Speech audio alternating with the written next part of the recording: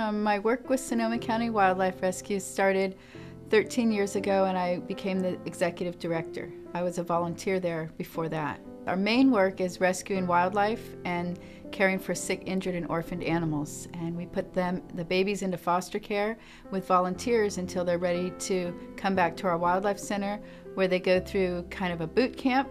And we provide lots of enrichment for them so that they will learn to grow strong and be able to survive out in the wild.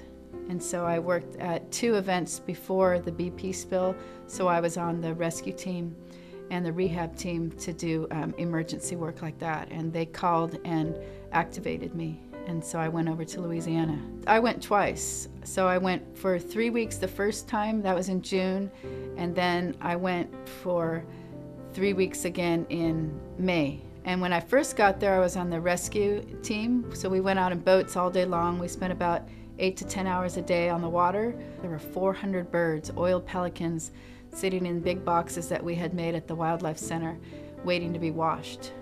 So a typical day there, we'd get to work around 6:30 in the morning or 7, and we would have a safety meeting for about 20 minutes, and then all of the volunteers who worked there and all of the staff who worked there would start cleaning out all the enclosures.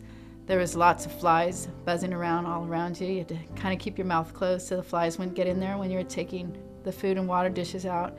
And it smelled really bad, and it was hard work, but you knew the main thing was that it was making a difference, because the pelicans knew that we were there to give them fresh food and fresh water and clean them up while they waited to be washed. So it was probably about a 45-minute to an hour procedure for each bird.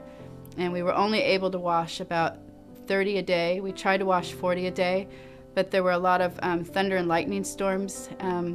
We were using a large warehouse that used to be a boat repair shop. And so when the storms would hit, because we were right out in the Gulf area, we had to all stop working because the building was not grounded. So we were afraid that it's possible we could have gotten electrocuted because we were working around a lot of water. I know from being there that it makes a huge difference. A lot of people see things like that happening on the news, and you wonder what you can do to help.